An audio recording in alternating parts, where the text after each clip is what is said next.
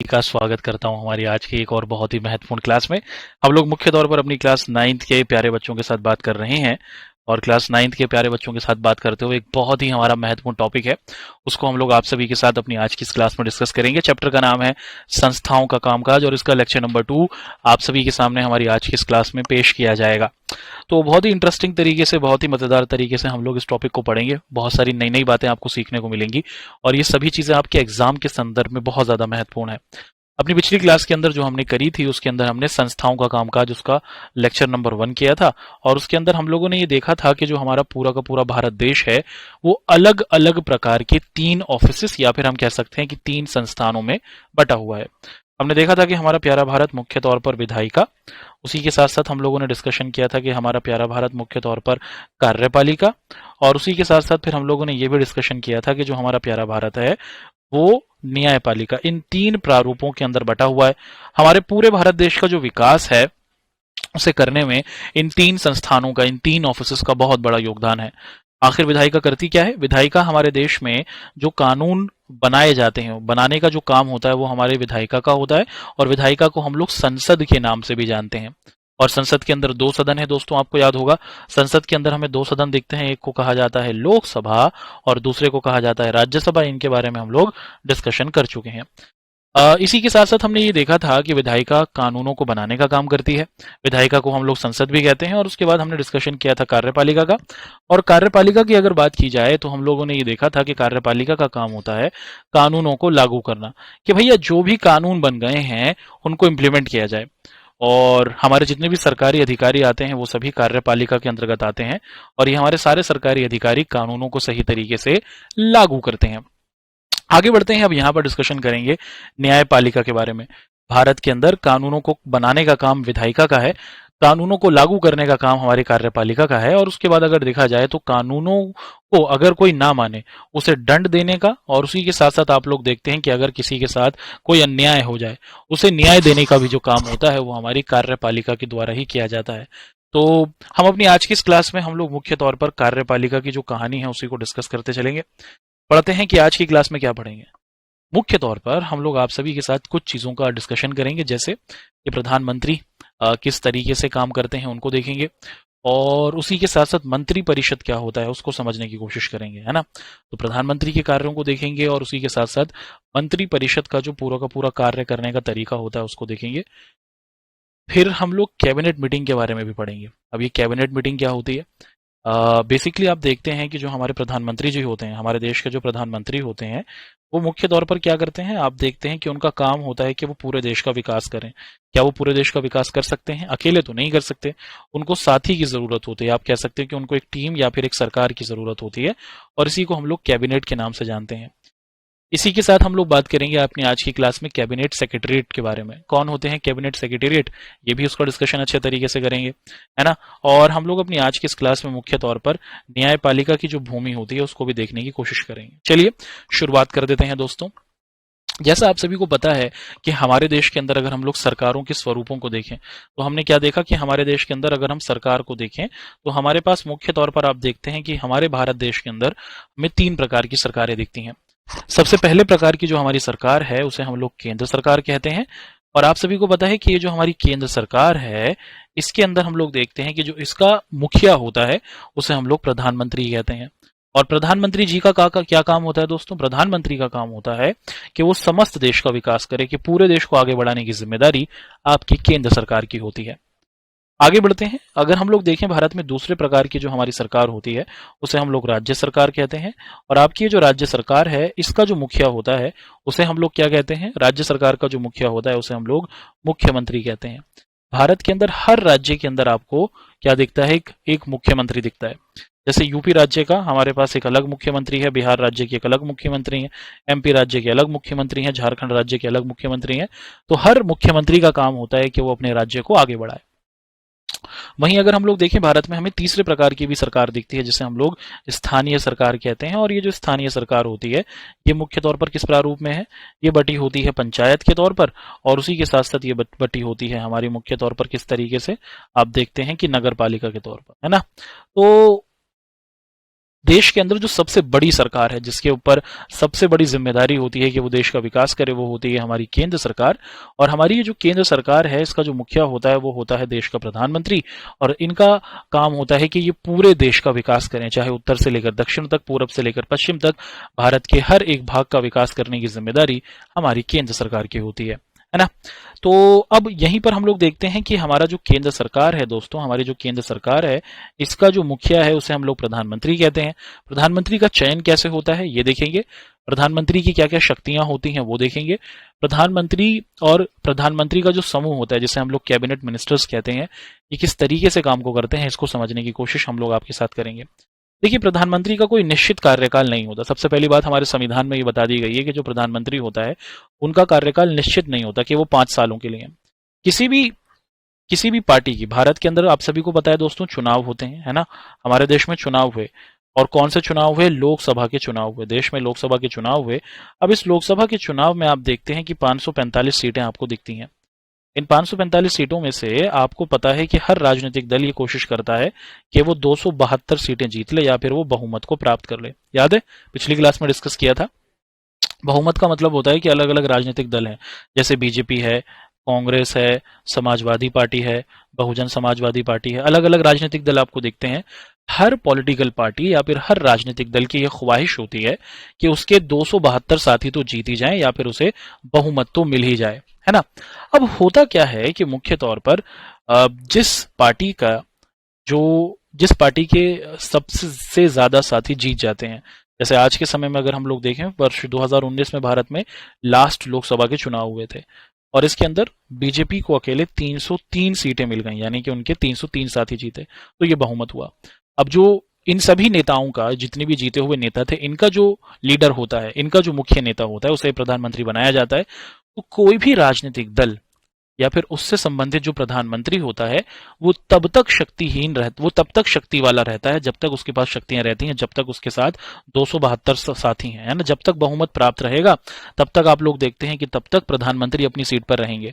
अगर प्रधानमंत्री और उनके साथ 272 से एक भी साथी कम हो गया, 271 हो गया मान लीजिए, तो प्रधानमंत्री के पद पर नहीं रहेगा, उस सरकार को लंबित कर दिया जाएगा, हटा दिया जाएगा।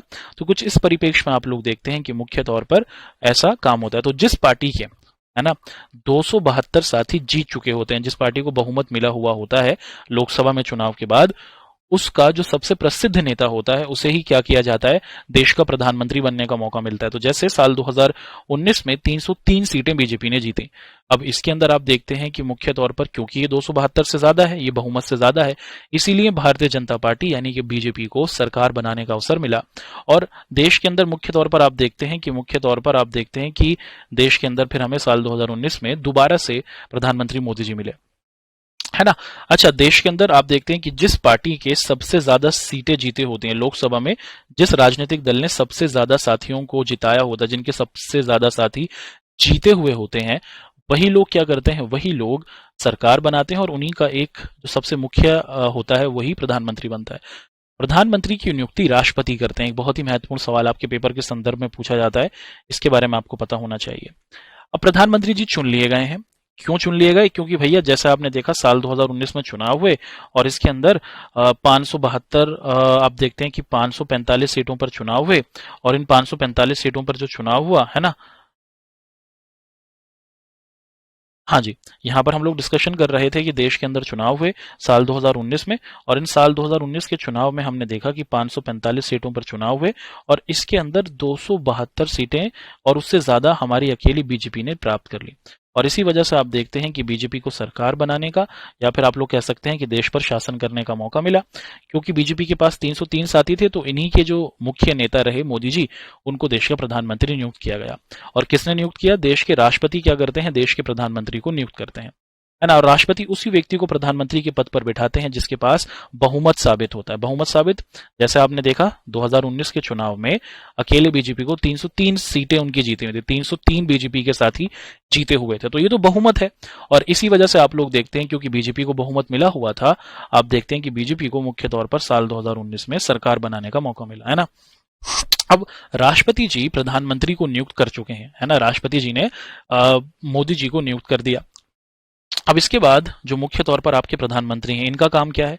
जैसा मैंने आपको बताया था कि प्रधानमंत्री का काम होता है कि समस्त देश का विकास करना। तो क्या एक अकेला व्यक्ति पूरे देश का विकास कर सकता है? क्या मैं अगर आपसे पूछूं कि प्रधानमंत्री मोदी जी पूरे देश का विकास अकेले कर सकते हैं? ये बिल्कुल संभव ही नहीं है। आप कहेंगे कि sir this is not possible, ये संभव नहीं है। जी हाँ, ये बिल्कुल सही बात है। तो प्रधानमंत्री अकेले देश का विकास नहीं कर सकते, उन्हें जरूरत होती है अपने साथियों की, या फिर आप लोग कह सकते हैं कि अपनी टीम की, और इसी टीम को हम लोग मंत्री परिषद कहते हैं। पूरे देश के विकास के लिए प्रधानमंत्री जी तो मौजूद हैं ही, उसी के साथ साथ हम देखते हैं कि हमें मुख्य तौर पर प्रधानमंत्री के साथ उनके साथियों की जरूरत होती है, और इन्हीं को हम लोग मंत्री परिषद के नाम से पुकारते हैं, है ना। तो प्रधानमंत्री और उसी के साथ साथ जो प्रधानमंत्री के साथी होते हैं, प्रधानमंत्री की टीम में उनके जुड़े हुए साथी होते हैं, इन्हें ही मंत्री परिषद कहा जाता है। और ये दोनों लोग, आपके प्रधानमंत्री भी और उसी के साथ साथ जो आपका मंत्री परिषद होता है, ये दोनों लोग मिलकर क्या करते हैं? देश के विकास के लिए काम करते हैं। अमूमन, या फिर आप देखें कि अधिकतर, अगर हम लोग समझने की कोशिश करें तो भारत के अंदर जो हमारे मंत्री परिषद हैं वो 60 से 80 हो जाते हैं। तो लगभग 60 से 80 मंत्री होते हैं, और इन मंत्रियों को अलग अलग विभाग दे दिए जाते हैं। जैसे शिक्षा मंत्री जो देश की शिक्षा पे काम करेंगे, जैसे स्वास्थ्य मंत्री जो देश के स्वास्थ्य पर काम करेंगे। ऐसे ही हम लोग देखते हैं कि मुख्य तौर पर हमारे रेल मंत्री जो देश के अंदर रेल को बेहतर करेंगे। अलग अलग विभाग दे दिए जाते हैं, और ये अलग अलग विभाग उसी तरीके से काम करते हैं, और ये मंत्री जो होते हैं उसी विभाग पर, उस विभाग को सबसे बेहतर बनाने की कोशिश करते हैं। तो भारत में अब देखते हैं कि अधिकतर 60 से 80 मंत्री होते हैं, जो प्रधानमंत्री के साथ उनकी कैबिनेट में या फिर उनकी मंत्री परिषद में शामिल होते हैं, है ना। और इन्हें ही अगर हम देखें कि मुख्य तौर पर जो ये हमारे मंत्री परिषद है, परिषद का मतलब क्या हुआ दोस्त? परिषद का मतलब हुआ समूह, है ना। मंत्री परिषद का मतलब क्या हुआ? मंत्रियों का समूह। प्रधानमंत्री की मदद के लिए जो मंत्रियों का समूह है उसे ही हम लोग मंत्री परिषद कह रहे हैं, और अधिकतम इनकी संख्या 60 से 80 के आसपास होती है। अच्छा, मंत्रियों के अंदर भी आप लोग देखें कि मंत्री परिषद में भी हमें 3 प्रकार के मंत्री दिख जाते हैं। ध्यान से सुनिएगा। मंत्री परिषद जो है, और ये मुख्य तौर पर क्या है? मंत्री परिषद पूरे तौर पर देश को चलाने का प्रधानमंत्री के जो साथी होते हैं उनकी एक टीम है। अच्छा, इस टीम के अंदर भी 3 कैटेगरीज हमें दिख जाती हैं। मंत्री परिषद में भी 3 प्रकार के हमें मंत्री दिखते हैं। कौन कौन से प्रकार के? सबसे पहला जो हमें प्रकार का मंत्री दिखता है, इसे कहा जाता है कैबिनेट मंत्री। अब कैबिनेट मंत्री कौन होते हैं? चलिए देख लेते हैं। भैया, कैबिनेट मंत्री या फिर कैबिनेट मिनिस्टर्स उन्हें कहा जाता है जो बहुत ज्यादा एक्सपीरियंस्ड होते हैं, है ना। किसी राजनीतिक दल के मुख्य तौर पर वो नेता जिनके पास बहुत ज्यादा एक्सपीरियंस होता है, जो बहुत ज्यादा अनुभवी होते हैं, उन्हें ही क्या किया जाता है? उन्हें ही कैबिनेट मंत्री कहा जाता है, या फिर कैबिनेट मिनिस्टर्स दिया जाता है। और इनको ना महत्वपूर्ण मंत्रालय दिए जाते हैं, इनको देश को संभालने के महत्वपूर्ण मंत्रालय दिए जाते हैं। जैसे देश का रक्षा विभाग इनको दिया जाएगा। ऐसे ही आप देखते हैं कि देश का विदेश मंत्रालय के दूसरे देशों से बात करना होगा। ऐसे ही आप लोग देखते हैं कि मुख्य तौर पर देश की शिक्षा की जिम्मेदारी दी जाएगी। तो देश से संबंधित जो महत्वपूर्ण विभाग होते हैं, जो महत्वपूर्ण जिम्मेदारियां होती हैं, वो आप देखते हैं कि वो हम कैबिनेट मिनिस्टर्स को देते हैं। और कैबिनेट मिनिस्टर्स की जो संख्या होती है वो लगभग 20 के आसपास होती है। तो देश का वित्त मंत्री हुआ, देश का पैसा संभालने की बात हुई, रेलवे मंत्री की बात हुई, विज्ञान मंत्री की बात हुई, तो ये सभी अलग अलग जो आपके डिपार्टमेंट्स होते हैं, ये सभी मुख्य तौर पर हमारे कैबिनेट मंत्रियों को दिए जाते हैं। तो प्रधानमंत्री अकेले देश का विकास नहीं कर सकते, उन्हें जरूरत होती है मुख्य तौर पर अपने साथियों की, और इसी साथी की जो यही जो उनके साथियों की टीम होती है, इसे ही मंत्री परिषद कहा जाता है। और मंत्री परिषद में जो सबसे पहले प्रकार के हमारे मंत्री हमने देखे, उनको हमने कैबिनेट मिनिस्टर्स कहा। ये वो मिनिस्टर्स होते हैं जिनके पास सबसे ज्यादा एक्सपीरियंस होता है, जो बहुत ज्यादा अनुभवी होते हैं, अपने कार्य के अंदर बहुत ज्यादा निपुण होते हैं। इन्हीं को कैबिनेट मिनिस्टर्स की संज्ञा के तौर पर पुकारा जाता है। अच्छा, प्रधानमंत्री और उसी के साथ मंत्री परिषद से आगे बढ़ते हुए अब यहाँ पर हम लोग देखते हैं स्वतंत्र प्रभार वाले राज्य मंत्री। अब ये स्वतंत्र प्रभार वाले राज्य मंत्री कौन होते हैं? स्वतंत्र प्रभाव वाले राज्य मंत्री होते हैं जिन्हें छोटे मंत्रालय दिए जाते हैं, है ना। तो मंत्री परिषद में ये हमारे पास दूसरे प्रकार की कैटेगरी होती है, जिसे हम लोग कहते हैं स्वतंत्र प्रभाव के राज्य मंत्री। ये दूसरे प्रकार के हमारे मंत्री कहलाते हैं मंत्री परिषद में ही। इनका काम क्या होता है दोस्तों? ये हमारे दूसरे प्रकार के मंत्री होते हैं। पहले थे कैबिनेट मिनिस्टर्स, और ये दूसरे हैं हमारे इंडिपेंडेंट चार्ज वाले मिनिस्टर्स। इन्हें छोटे मंत्रालय दिए जाते हैं। जैसे देश का आप देखें कपड़ा मंत्रालय, ये ज्यादा महत्वपूर्ण मंत्रालय नहीं है। ऐसे डिपार्टमेंट्स, देश को चलाने के ऐसे विभाग जो ज्यादा महत्वपूर्ण नहीं होते, जिसमें ज्यादा एक्सपीरियंस की या फिर ज्यादा अनुभव की जरूरत नहीं होती, ऐसे डिपार्टमेंट्स को हम लोग देते हैं अपने जो हमारे स्वतंत्र प्रभार वाले राज्य मंत्री होते हैं उनको दिया जाता है ना। और तीसरे प्रकार के जो हमारे मंत्री होते हैं उन्हें कहा जाता है राज्य मंत्री। तो मंत्री परिषद में भी हमारे पास 3 कैटेगरीज दिख रही हैं। कैबिनेट मिनिस्टर्स, उसी के साथ साथ हम देखते हैं कि मिनिस्टर्स विद इंडिपेंडेंट चार्ज, और अब यहाँ पर डिस्कशन करेंगे मिनिस्टर ऑफ स्टेट, जिसे हम लोग राज्य मंत्री के तौर पर भी पुकारते हैं। अब राज्य मंत्री का है, देखिए राज्य मंत्रियों का काम होता है कि ये जो हमारे कैबिनेट मंत्री थे, कैबिनेट मंत्री भूले तो नहीं है आप, ये होते हैं हमारे कैबिनेट मंत्री। अब देखिए आप, है ना, ये मुख्य तौर पर कि जो हमारे महत्वपूर्ण मंत्री होते हैं, जो सबसे ज्यादा अनुभवी होते हैं, उन्हें ही कैबिनेट मंत्री कहा जाता है। तो कैबिनेट मंत्री की मदद करने के लिए हमारे मंत्री परिषद में कुछ नेताओं का समूह होता है ना, और ये लोग क्या करते हैं, ये मदद करते हैं कैबिनेट मिनिस्टर्स की। तो मुख्य तौर पर अगर हम लोग देखें कि पूरे देश का विकास करने की जिम्मेदारी है हमारे प्रधानमंत्री जी की, लेकिन प्रधानमंत्री जी अकेले तो पूरे देश का विकास नहीं कर सकते, और इसीलिए प्रधानमंत्री जी क्या करते हैं, अपनी एक टीम बनाते हैं, और इसी टीम को हम लोग क्या कहते हैं दोस्तों, मंत्री परिषद कहते हैं। और इस मंत्री परिषद में भी हमने देखा कि 3 कैटेगरीज दिखी। पहले कहलाए हमारे कैबिनेट मंत्री, और कैबिनेट मंत्री वो मंत्री होते हैं जो बहुत ज्यादा एक्सपीरियंस यानी कि अनुभवी होते हैं, और जिन्हें ज्यादा बड़े विभाग दिए जाते हैं, जैसे कि देश की सुरक्षा की जिम्मेदारी हो, देश के अंदर आप देखते हैं कि विज्ञान की जिम्मेदारी हो, शिक्षा के स्तर को अच्छा करने की जिम्मेदारी हो। दूसरे प्रकार का जो हमारा मंत्री परिषद कहलाता है, उसे हम लोग कहते हैं मुख्य तौर पर स्वतंत्र प्रभार के मंत्री। स्वतंत्र प्रभार के मंत्री जो होते हैं, ये मुख्य तौर पर इन्हें कम महत्वपूर्ण विभाग दिए जाते हैं, साधारण विभाग जैसे कपड़ा मंत्रालय, है ना, देश में कपड़े की आपूर्ति होती रहे, तो ये ज्यादा महत्वपूर्ण विभाग नहीं है। तो स्वतंत्र प्रभार के जो हमारे मंत्री होते हैं, ये कम अनुभवी होते हैं, कम एक्सपीरियंस्ड होते हैं, और इनको आप देखते हैं कि कम महत्वपूर्ण जो हमारे मंत्रालय होते हैं वो दिए जाते हैं। और आखिरी होते हैं राज्य मंत्री। राज्य मंत्री का काम होता है, जिसे इंग्लिश में मिनिस्टर ऑफ स्टेट कहते हैं, ये कैबिनेट मंत्री जो सबसे अनुभवी हमारे मंत्री होते हैं, उनकी मदद करते हैं। चलिए जी आगे बढ़ते हैं। अब तक हमने भारत के अंदर मुख्य तौर पर प्रधानमंत्री कौन बनता है, प्रधानमंत्री की नियुक्ति कौन करता है, प्रधानमंत्री देश के विकास में किस प्रकार से अपना योगदान देता है, उसको डिस्कस कर चुके हैं। आगे बढ़ेंगे और यहाँ पर हम लोग कैबिनेट मीटिंग के बारे में डिस्कशन करेंगे। अब ये कैबिनेट मीटिंग होती क्या है, कैबिनेट मीटिंग से क्या तात्पर्य है, ये किस प्रारूप में चलती है, इसका क्या कहानी होती है, इसको एक एक कर समझते हैं। हम देखते हैं कि मुख्य तौर पर कैबिनेट मीटिंग होती है। कैबिनेट मीटिंग का मतलब क्या होता है दोस्तों, कि अगर देश से संबंधित अगर कोई भी फैसला लेना है, कोई भी नया नियम लेना है, तो प्रधानमंत्री जी अकेले तो देश को आगे नहीं बढ़ा सकते। उनको जरूरत होगी किस चीज की, उनको जरूरत होगी अपनी टीम की, या फिर हम लोग कह सकते हैं कि मंत्री परिषद की। और ये जो आपकी मंत्री परिषद होती है, ये क्या करती है दोस्तों, जितने भी मंत्री होते हैं मंत्री परिषद में, ये सभी लोग मीटिंग करते हैं। तो प्रधानमंत्री जी भी, और उसी के साथ साथ आप देखते हैं कि हमारे प्रधानमंत्री जी, है ना, देश के प्रधानमंत्री जी भी, और उसी के साथ जो हमारे अलग अलग मंत्री होते हैं, ये सभी लोग क्या करते हैं, ये सभी लोग मीटिंग करते हैं। और ये सभी लोग मीटिंग कर क्या करते हैं, मुख्य तौर पर ये डिस्कशन करते हैं कि क्या हमें इस तरीके के कानून को बनाने की जरूरत है या फिर नहीं है। ये सभी काम आप देखते हैं कि हमारे मीटिंग के अंदर किए जाते हैं। तो देश से संबंधित जब भी कोई कानून बनाना होता है, कोई फैसला लेना होता है, कोई नए नियम को लाना होता है, तो उसके लिए होती है मीटिंग। इसको ही हम लोग कैबिनेट मीटिंग कहते हैं। मतलब देश के प्रधानमंत्री, उसी के साथ साथ देश के जितने भी हमारे और अलग अलग डिपार्टमेंट्स के मंत्री हैं, ये सभी लोग जुड़ते हैं, और उसके अंदर क्या करते हैं, अगर डिस्कशन किया जाता है कानून से संबंधित, नए नियम को बनाने से संबंधित, इसी को हम लोग कैबिनेट मीटिंग के नाम से पुकारते हैं, है ना। अच्छा देखिए कि मंत्रियों के अलग अलग होने से आप देखते हैं कि मुख्य तौर पर क्या होता है कि कैबिनेट के निर्णय की आलोचना नहीं कर सकते।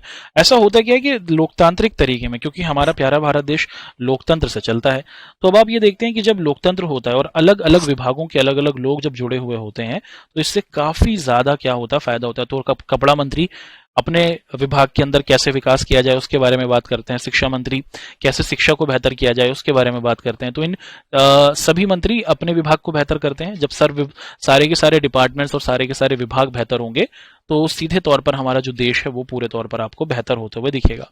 अच्छा, यहां तक तो हमने देख लिया कि प्रधानमंत्री कौन बनता है, प्रधानमंत्री की नियुक्ति कैसे होती है। प्रधानमंत्री की मदद के लिए मंत्री परिषद है। मंत्री परिषद के अंदर हमें 3 प्रकार के मंत्री दिखते हैं। इनका काम होता है कि मीटिंग करना और देश को चलाने के लिए सही तरीके के कानूनों को बनाना। अब एक और वर्ड आपके सामने यहाँ पर रखा जा रहा है दोस्तों, जिसे हम लोग कह रहे हैं कैबिनेट सेक्रेटरीट। क्या मतलब होता है इसका, समझने की कोशिश कर लेते हैं कि कैबिनेट सेक्रेटरीट से क्या तात्पर्य। सेक्रेटरी आपने जरूर सुना होगा। सेक्रेटरी का मतलब जानते हैं आप लोग। सेक्रेटरी का मतलब होता है सचिव। हिंदी में क्या कहा जाता है दोस्तों, सचिव। सचिव का मतलब होता है कि वो व्यक्ति जो आपकी मदद करता है। क्या करता है, आपकी मदद करता है। अब मैं अगर आपसे पूछूं कि आपके जो नेता लोग हैं ये कितने सालों के लिए चुने जाते हैं। 2019 में इलेक्शन हुए हैं, हमारे देश के अंदर प्रधानमंत्री मोदी जी चुने गए हैं। कितने सालों के लिए चुने गए हैं दोस्तों, आप सभी को पता है कि 5 सालों के लिए चुने गए हैं। देश में हमारा कोई भी नेता अगर आप देखें, हमारे देश में कोई विधायक देखें, राष्ट्रपति देखें, सांसद देखें, एमएलए देखें, एमपी देखें, ये सभी नेता 5 सालों के लिए चुने जाते हैं।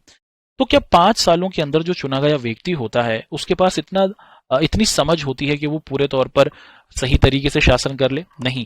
और इसीलिए हमारे जितने भी, आपको क्या दिखता है कि जितने भी हमारे नेता लोग होते हैं, इनकी मदद के लिए हमारे पास होते हैं सरकारी अधिकारी, और ये सरकारी अधिकारी बहुत ज्यादा अनुभवी होते हैं, और ये सरकारी अधिकारी ही बताते हैं नेता लोगों को किस तरीके से इनको क्या करना है, इनको देश को चलाना है ना।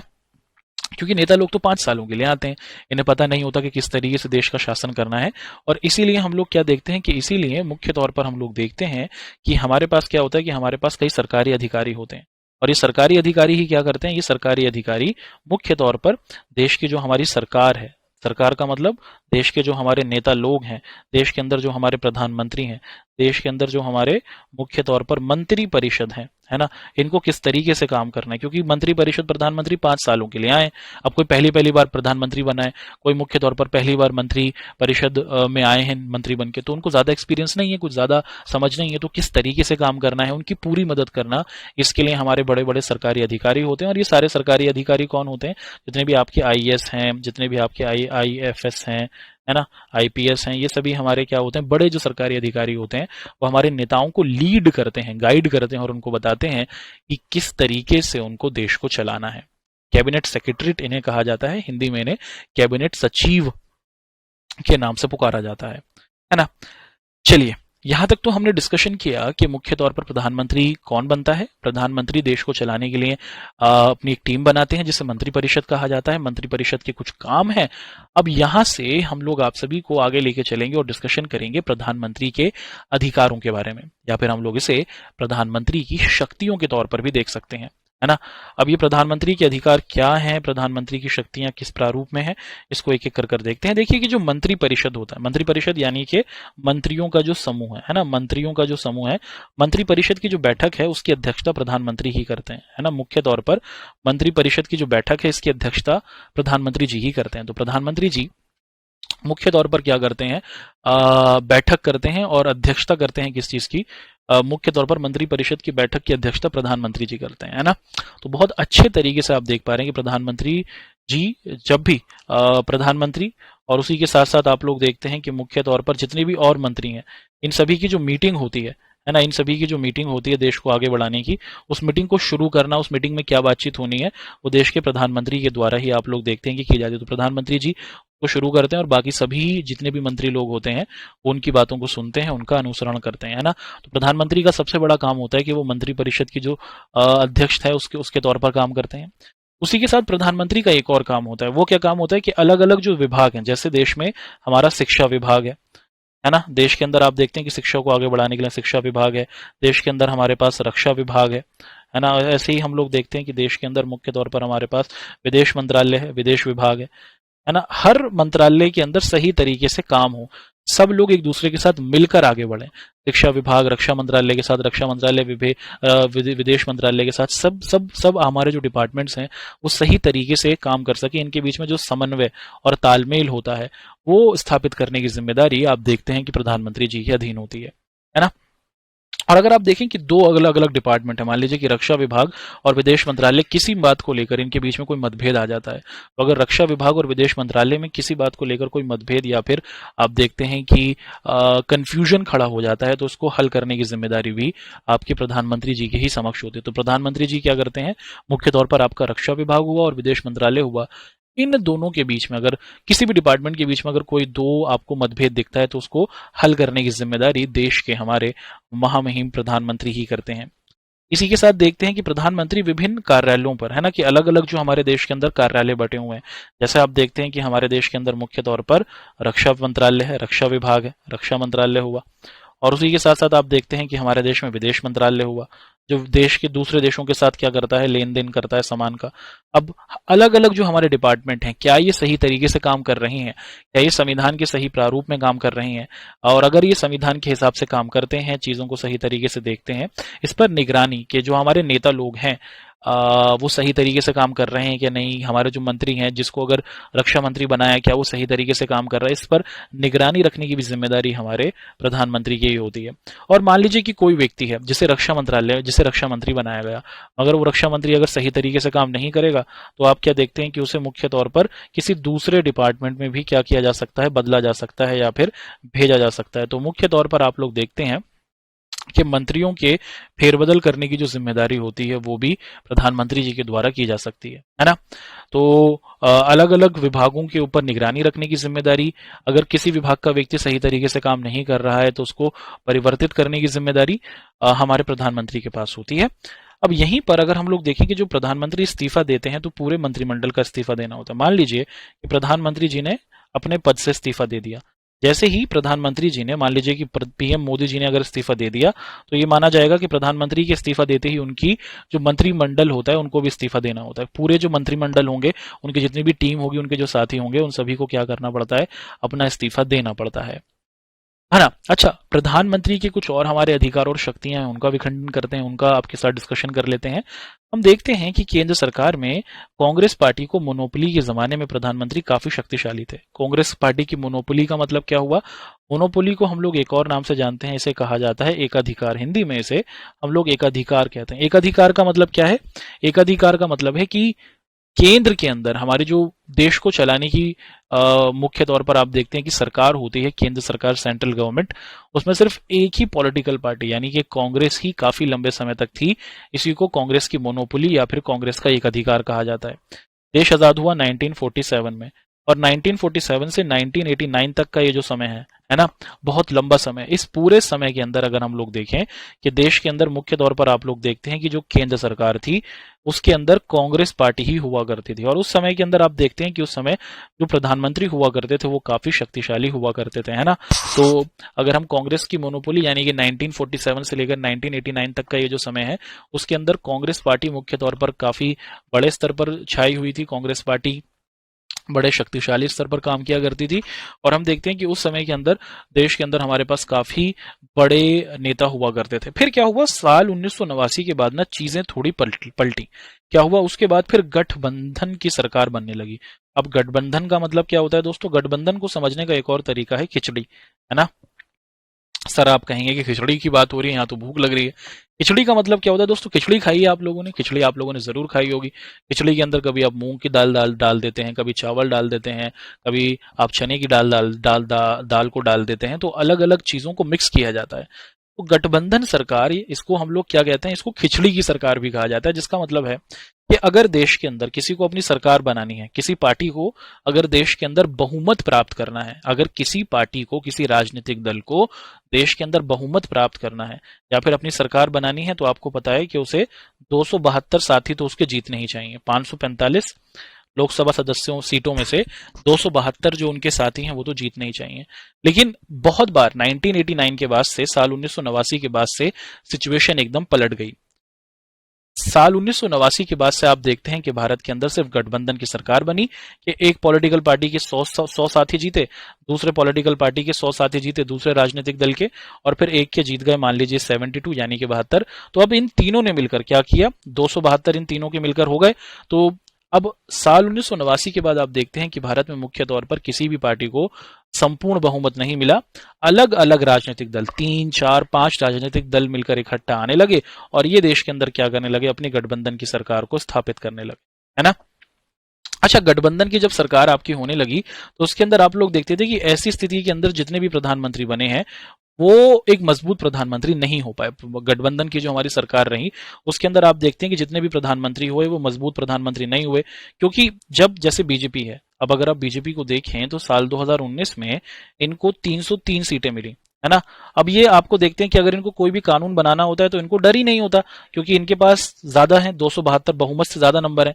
इनको कोई कानून बनाना है, कोई फेरबदल करना है, कोई अच्छी चीज को इंप्लीमेंट करना है, तो इनको दूसरे राजनीतिक दलों का डर नहीं होता, और इन्हें यह भी डर नहीं होता कि हमसे हमारे साथ ही चले जाएं, क्योंकि 303 तो इनके साथ रहेंगे ही, है ना।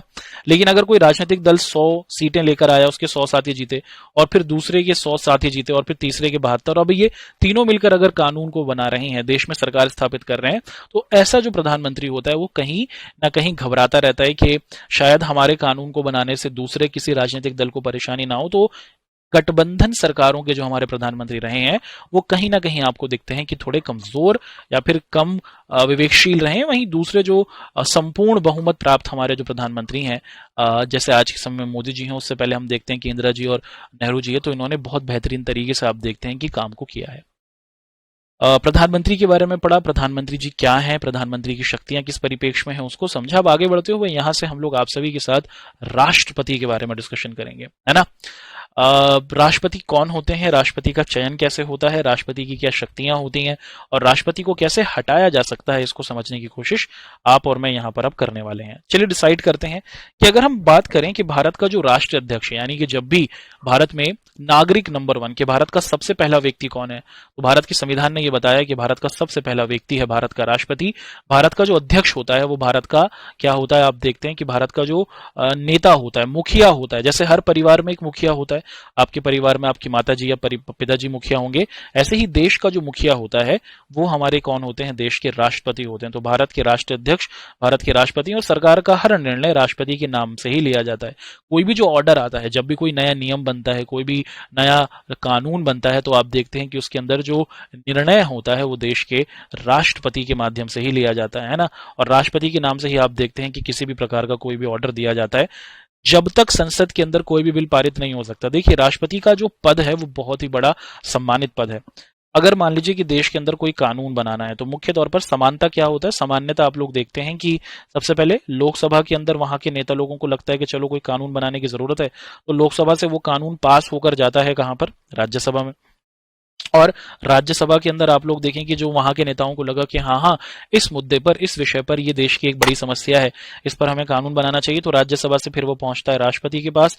अब देखिए, राष्ट्रपति की शक्ति इतनी शक्तिशाली है कि जब तक राष्ट्रपति जी उस बिल पर हस्ताक्षर नहीं कर देंगे, तब तक वो कानून नहीं बनेगा, वरना तो वो एक साधारण कागज का टुकड़ा ही रहेगा। तो राष्ट्रपति जी मुख्य तौर पर क्या करते हैं, आपको दिखता है कि किसी भी कानून को उनके हस्ताक्षर के मदद से ही कानून बनाया जा सकता है। जब तक राष्ट्रपति जी उस पर हस्ताक्षर नहीं करेंगे, तो वो क्या रहेगा, वो पूरे तौर पर एक साधारण चीज रहेगा। अगर राष्ट्रपति जी हस्ताक्षर कर देते हैं तो वो कानून बनता है, वरना तो वो एक साधारण कागज का टुकड़ा होता है। जैसे आप कागज का टुकड़ा देख पा रहे हैं ना, साधारण कागज का टुकड़ा है। जब तक इस पर राष्ट्रपति जी हस्ताक्षर नहीं कर देंगे, तब तक ये कानून नहीं बनेगा। तो राष्ट्रपति के हस्ताक्षर की आप देखते हैं कि ये बहुत ही महत्वपूर्णता होती है, और राष्ट्रपति की दस्तखत के बाद, यानी कि उनके हस्ताक्षर, सिग्नेचर के बाद ही कोई भी जो हमारे देश के अंदर कानून होता है वो कानून बन पाता है। तो ये राष्ट्रपति की एक बहुत ही बड़ी शक्ति आपको दिखती है। अगर हम लोग देखें कि सरकार के हर महत्वपूर्ण विषय को लागू करने पर देश में, भारत के अंदर, चाहे हमारी केंद्र सरकार हो, चाहे हमारी राज्य सरकारें हो, या फिर हमारी स्थानीय सरकारें हो, पंचायतें हो, नगर पालिका हो, इसमें अगर कोई भी बड़ा बदलाव किया जाता है तो वो राष्ट्रपति के संदर्भ में, उनके ही ज्ञान के आधार पर किया जाता है। तो सरकार से संबंधित जो भी कोई महत्वपूर्ण नियम, कोई भी नई चीज लागू करनी होती है, तो उसमें राष्ट्रपति के हस्ताक्षर की पूरे तौर पर जरूरत होती है। देश में कोई भी नया नियम आएगा, कोई भी नया कानून होगा, तो देश के राष्ट्रपति को सिग्नेचर करना होगा। राष्ट्रपति के सिग्नेचर के बिना भारत के अंदर आप देखते हैं कि कोई भी नया नियम, नया कानून नहीं बनाया जा सकता है ना। ऐसे ही देश के अंदर तो कानून और नियम बनते हैं, उसमें तो राष्ट्रपति के साथ और राष्ट्रपति के हस्ताक्षर की जरूरत होती है। लेकिन अगर आप लोग दूसरे देशों के साथ समझौते कर रहे हैं, मान लीजिए कि भारत क्या कर रहा है, रूस के साथ किसी बात को लेकर समझौता कर रहा है, हम मिसाइल खरीद रहे हैं मान लीजिए रूस की, तो उसके अंदर वो भी राष्ट्रपति के नाम से ही किए जाते हैं कि भारत के राष्ट्रपति और भारत देश रूस से क्या कर रहा है, आप देखते हैं कि इतने टैंक खरीद रहा है, इतनी मिसाइलें खरीद रहा है। तो अंतर्राष्ट्रीय संधियां जब होती हैं किसी दूसरे देशों के साथ, जब हम समझौते करते हैं, खरीदारी करते हैं, लेन देन करते हैं, तो वो भी देश के राष्ट्रपति के नाम से ही आप देखते हैं कि उसकी सारी जानकारियां की जाती हैं। अब राष्ट्रपति मुख्य तौर पर क्या क्या शक्तियां रखते हैं उनको हमने देखा। अब आपके दिमाग में ये सवाल आ सकता है कि राष्ट्रपति का चुनाव कैसे होता है ना, राष्ट्रपति का आखिर चयन कैसे होता है, ये एक बार हम देख लेते हैं। राष्ट्रपति का चुनाव सीधे तौर पर नहीं होता है।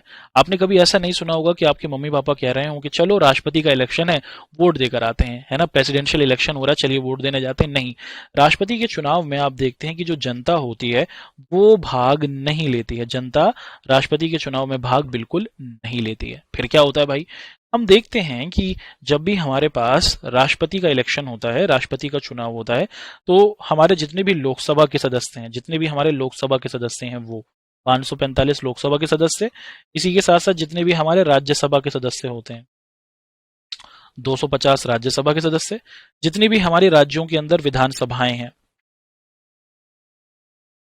और जितनी भी हमारे राज्यों के अंदर विधान परिषद है,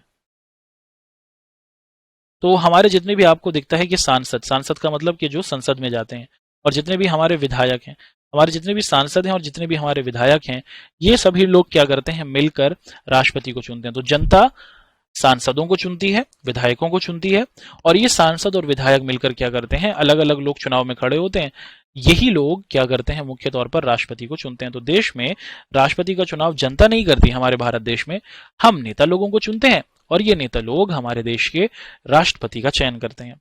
अब राष्ट्रपति के द्वारा की जाने वाली जो महत्वपूर्ण नियुक्तियां हैं या फिर जो महत्वपूर्ण अपॉइंटमेंट्स हैं जो देश के राष्ट्रपति करते हैं, तो कि भारत के अंदर अगर आप लोग देखें कि जो हमारे मुख्य न्यायाधीश हैं, देश के अंदर जो हमारे सुप्रीम कोर्ट के जज होते हैं, उनकी नियुक्ति देश के राष्ट्रपति करते हैं।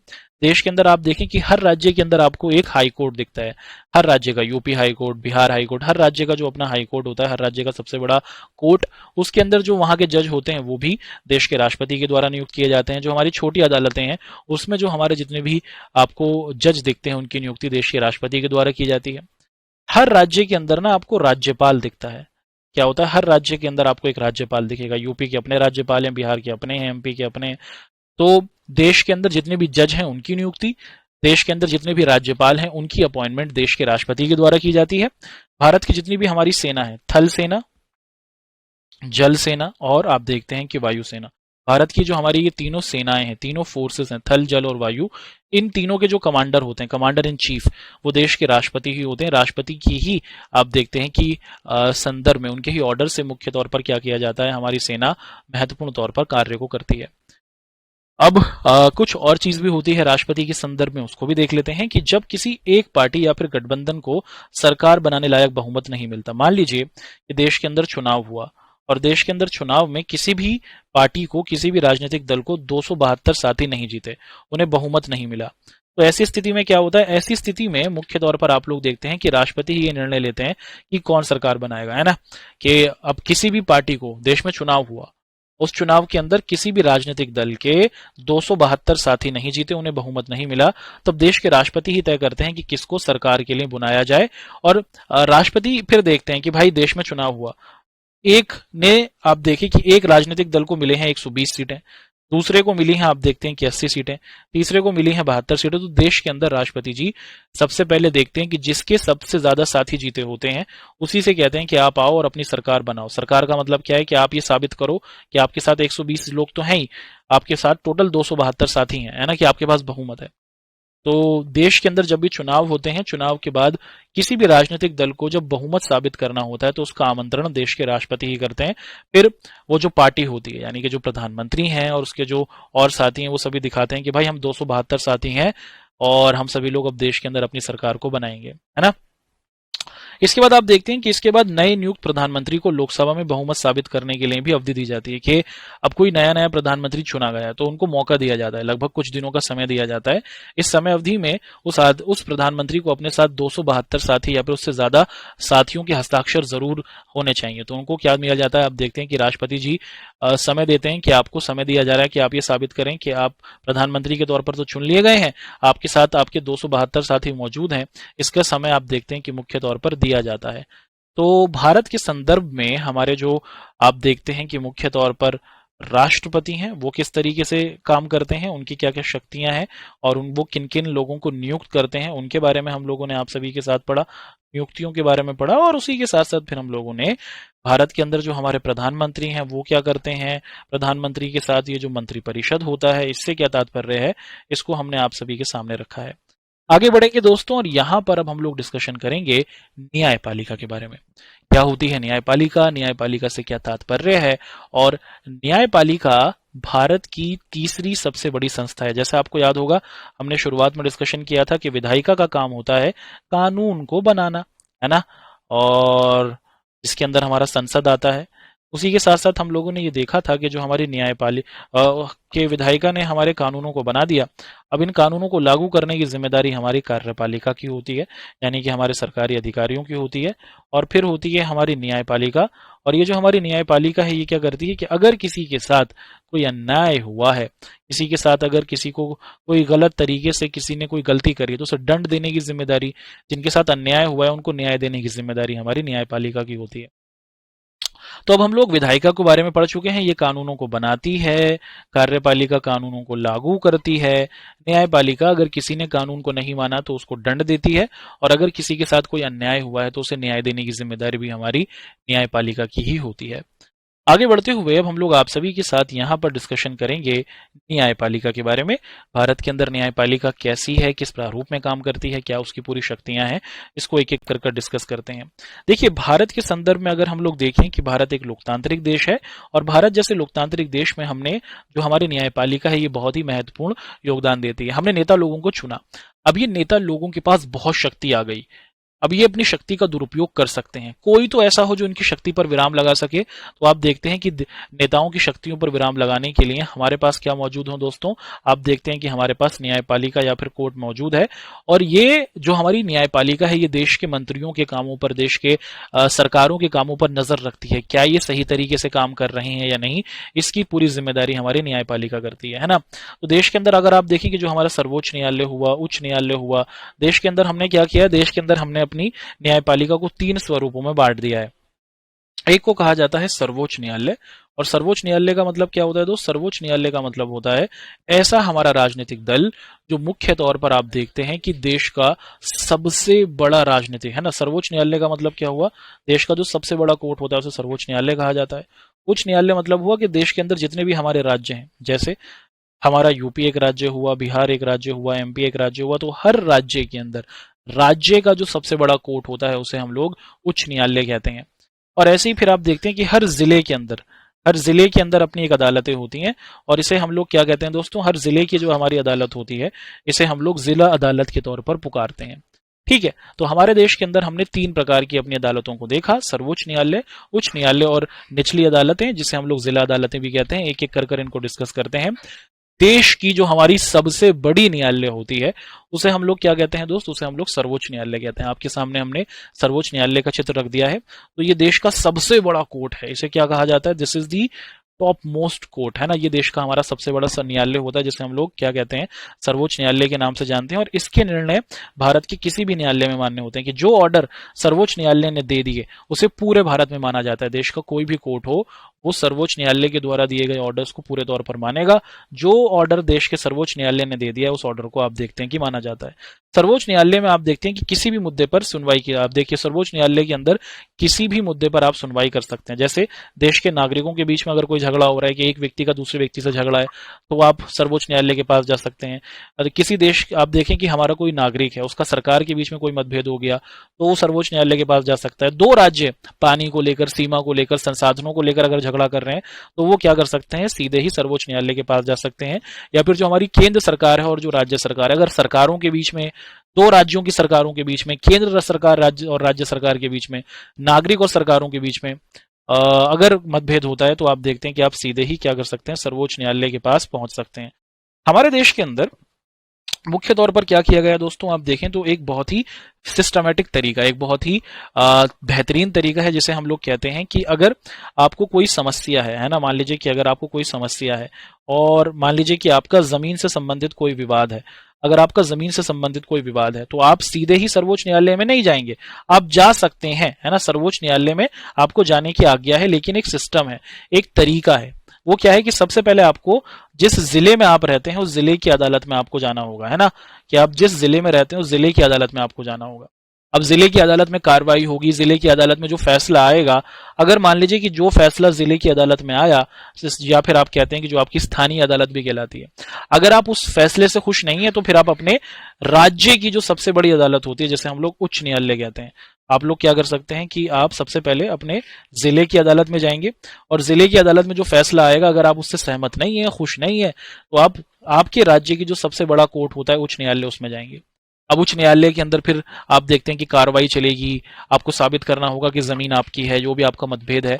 और अगर उच्च न्यायालय के अंदर जो फैसला आया, उस फैसले से भी अगर आप खुश नहीं है, तो आप देश के सबसे बड़े कोर्ट सर्वोच्च न्यायालय में जा सकते हैं। और सर्वोच्च न्यायालय में अगर जब आप जाएंगे, तो आप मुख्य तौर पर आप लोग देखते हैं कि सर्वोच्च न्यायालय में जाने के बाद अगर आप ये देखें कि मुख्य तौर पर कि यहाँ पर भी कार्रवाई चलेगी, पूरे तौर पर आप देखते हैं कि चीजों को तफ्तीश की जाएगी, और जो सर्वोच्च न्यायालय का फैसला होगा, उस फैसले को फिर आपको मानना होगा। आप ये नहीं कह सकते कि अब मुझे दूसरे कोर्ट में जाना है। तो जो फैसला सर्वोच्च न्यायालय का होगा वो माना जाता है। तो भारत में जब भी कोई फैसला लिया जाता है, जब भी किसी तरीके से कोई केस को चलाया जाता है, तो वो कुछ इसी प्रारूप में चलता है। सबसे पहले जिला अदालतों में जाता है, उसके बाद फिर आप लोग देखते हैं कि वो उच्च न्यायालय में जाता है, और फिर वो सबसे ऊपर सर्वोच्च न्यायालय के अंतर्गत शामिल होता है। ठीक। तो ये भारत के अंदर मुख्य तौर पर हमारे न्यायालयों की पूरी कहानी रही। अगर हम लोग देखें कि भारत के अंदर मुख्य तौर पर जो हमारी स्वतंत्र न्यायपालिका है, इसकी बहुत ही महत्वपूर्ण बात है ना। जैसे मैंने आपको बताया कि कोई भी आपका विवाद है, तो आपको क्या करना होगा, किसी भी तरीके का आपका जमीन से संबंधित, पानी से संबंधित कोई भी प्रकार की आपकी समस्या है, तो सबसे पहले आपको क्या करना पड़ेगा, आपको सबसे पहले आपको जिला अदालत जाना होगा, है ना। आपको क्या करना होगा, आप देखते हैं कि आपको जिला अदालत जाना होगा।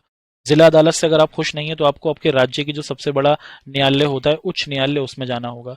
अगर आप उच्च न्यायालय से खुश नहीं है, तो आपको देश के सबसे बड़े सर्वोच्च न्यायालय में फिर आपको जाना होगा। इस तरीके से आप जा सकते हैं, है ना। इस तरीके से आप सर्वोच्च अदालत या फिर जो हमारा सर्वोच्च न्यायालय है, इसमें आप लोग जा सकते हैं। लेकिन एक कंडीशन है, एक ऐसा बिंदु है कि अगर आपके साथ देश के संविधान ने जितने भी आपके मौलिक अधिकार दिए हैं, देश के संविधान ने जितने भी आपके मौलिक अधिकार दिए हैं, अगर आपसे अगर आपका कोई मौलिक अधिकार छीन ले, जैसे आपसे शिक्षा का अधिकार छीना जाए, आपसे आपके धर्म का प्रचार प्रसार करने का अधिकार छीना जाए, आपके साथ असमानता कर दी जाए, आपको समान न माना जाए आपकी जाति, धर्म, भाषा के आधार पर, आपकी स्वतंत्रता का हनन कर लिया जाए, आपको किडनैप कर लिया जाए, ऐसी स्थिति में जब आपके फंडामेंटल राइट्स या फिर आपके जो मूल अधिकार होते हैं वो छीन लिए जाएं, तो ऐसी स्थिति में आप क्या करेंगे, आप सीधे ही क्या कर सकते हैं, सर्वोच्च न्यायालय की शरण में जाएंगे, और सर्वोच्च न्यायालय आपकी मदद करेगा। और आप क्या करेंगे, सर्वोच्च न्यायालय का अगर आपके मौलिक अधिकारों का उल्लंघन हुआ है, तो आप देखते हैं कि आपका सर्वोच्च न्यायालय आपकी मदद करेगा। और हमारे मौलिक अधिकार आपको पता है कि समानता का अधिकार है, स्वतंत्रता का अधिकार है, शोषण के विरुद्ध, धार्मिक स्वतंत्रता, संस्कृति के विरुद्ध, ये सभी अधिकार आपको दिए जाएंगे। अच्छा, अब आप देखते हैं कि कई ऐसे मामले भी हुए हैं कि सरकार द्वारा पारित कानून के खिलाफ जनता ने मुकदमे किए हैं। बहुत बार ऐसा हुआ है कि देश के अंदर हमारी सरकारों ने बहुत बार फैसले तय कर दिए हैं। देश की सरकार ने मुख्य तौर पर कुछ कानूनों को बनाया, कुछ नियमों को बनाया, लेकिन देश की जनता को वो पसंद नहीं आया। अगर आप लोग हाल फिलहाल की चीजों को देखें, तो हम देखते हैं कि मुख्य तौर पर देश के अंदर हाल ही में क्या किया गया, कृषि कानून को लागू किया गया। और ये कृषि कानून क्या था कि किसानों से संबंधित, आप देखते हैं कि भारत में जिस तरीके से कृषि की जाती है, उससे संबंधित कुछ फैसले और नियमों को बनाया गया था। मगर देश के जो हमारे किसान रहे थे, उनको ये कानून बिल्कुल भी पसंद नहीं थे, और वो क्या कर रहे थे, वो इसका विरोध कर रहे थे, और वो सरकार से विनती कर रहे थे कि कृपया करके इन कानूनों को बदलाव किया जाए। कभी कभार आपकी जो सरकारें होती हैं, वो कानूनों को बना देती हैं, लेकिन जनता उन कानूनों को पसंद नहीं करती।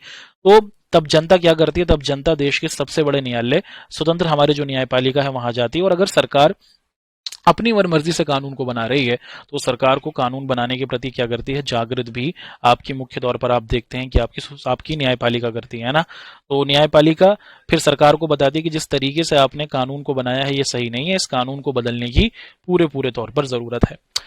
तो ये हमारी आज की क्लास रही दोस्तों। इसके अंदर हमने बहुत ही बेहतरीन तरीके से आपके एग्जाम के परिप्रेक्ष्य में बहुत सारी चीजों को सीखा। आगे बढ़ते हैं, डिस्कशन करते हैं कि हमारी आज की क्लास में आपने और मैंने क्या पढ़ा। हमने सबसे पहले प्रधानमंत्री क्या होता है, प्रधानमंत्री का चयन किस तरीके से होता है, वो देखा। उसके बाद प्रधानमंत्री की जो टीम है, जैसे हम लोग मंत्री परिषद कहते हैं, और मंत्री परिषद के भी 3 भाग, कैबिनेट मंत्री, स्वतंत्र मंत्री, और हमने मुख्य तौर पर सहायक मंत्री जो होते हैं, उनके बारे में डिस्कशन किया। फिर हम लोगों ने ये देखा कि भारत के अंदर राष्ट्रपति जी जो होते हैं, वो कैसे चुने जाते हैं, राष्ट्रपति के क्या क्या काम है, और राष्ट्रपति की क्या क्या अधिकार और शक्तियां हैं, उनको हमने देखा। फिर हम लोगों ने देखा कि भारत के अंदर न्यायपालिका ये कितनी महत्वपूर्ण है, भारत की न्यायपालिका किस तरीके से काम करती है, भारत में कितने तरीके से हमारे पास कोर्ट्स हैं, और आप अगर अदालत के अंदर अपनी अर्जी डालना चाहें, तो आप कैसे कोर्ट के अंदर जा सकते हैं, इसको हमने आपके सामने समझाया। आगे बढ़ते हैं दोस्तों, आपके सामने अपनी आज की क्लास के क्विज के क्वेश्चंस को डिस्कस कर लेते हैं। सबसे पहला सवाल आपके सामने रखा गया है, पूछा जा रहा है कि केंद्र में मंत्रियों की नियुक्ति कौन करता है, कि जितने भी मंत्री लोग होते हैं उनकी नियुक्ति कौन करता है? देश का राष्ट्रपति, संसद, उपराष्ट्रपति या फिर प्रधानमंत्री। उनकी अपॉइंटमेंट, मंत्रियों को मंत्रिपरिषद में कौन अपॉइंट करता है या फिर उनकी नियुक्ति कौन करता है, ये आपको बताना है। 4 ऑप्शंस आपके सामने हैं और हम उम्मीद करते हैं कि आप लोग जरूर ही सही ऑप्शन को चूज करेंगे, है ना।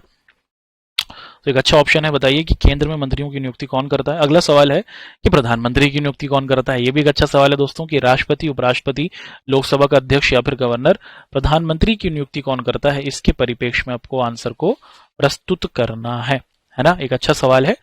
तो प्रधानमंत्री की नियुक्ति कौन करता है, यह आंसर आपको प्रस्तुत करना है। चलिए जी, यहां तक हमने 2 टॉपिक्स को डिस्कस किया। अब एक एक कर क्या करते हैं, इनके आंसर्स को डिस्कस कर लेते हैं। सबसे पहला सवाल रहा कि केंद्र के अंदर मंत्रियों की नियुक्ति कौन करता है।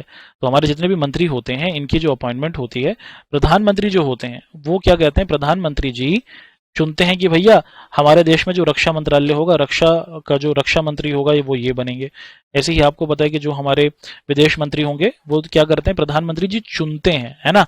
लेकिन फिर आप देखते हैं कि राष्ट्रपति जी जो होते हैं, राष्ट्रपति जी उस पर हस्ताक्षर करते हैं और राष्ट्रपति जी की ही स्वीकृति के बाद, राष्ट्रपति के ही हस्ताक्षर के बाद आप लोग देखते हैं कि किसी को क्या किया जाता है, मंत्री बनाया जाता है। तो प्रधानमंत्री सिर्फ बताते हैं कि इनको बना दीजिए।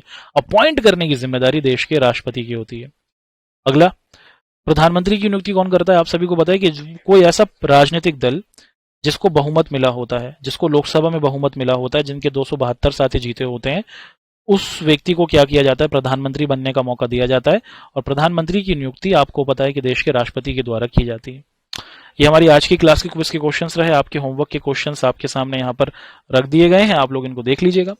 बढ़ते हैं आगे। आगे की क्लास में हम लोग क्या करेंगे, हम लोग प्रधानमंत्री के अधिकारों को डिस्कस कर चुके हैं, न्यायपालिका के अधिकारों को डिस्कस कर चुके हैं। अब इसी चैप्टर से संबंधित कुछ और हमारे महत्वपूर्ण बिंदु होंगे, संस्थाओं के कामकाज से संबंधित, और विधायिका, कार्यपालिका, न्यायपालिका किस परिप्रेक्ष्य में काम करती है, इसको हम लोग और गहराई से आप सभी के साथ डिस्कस करेंगे।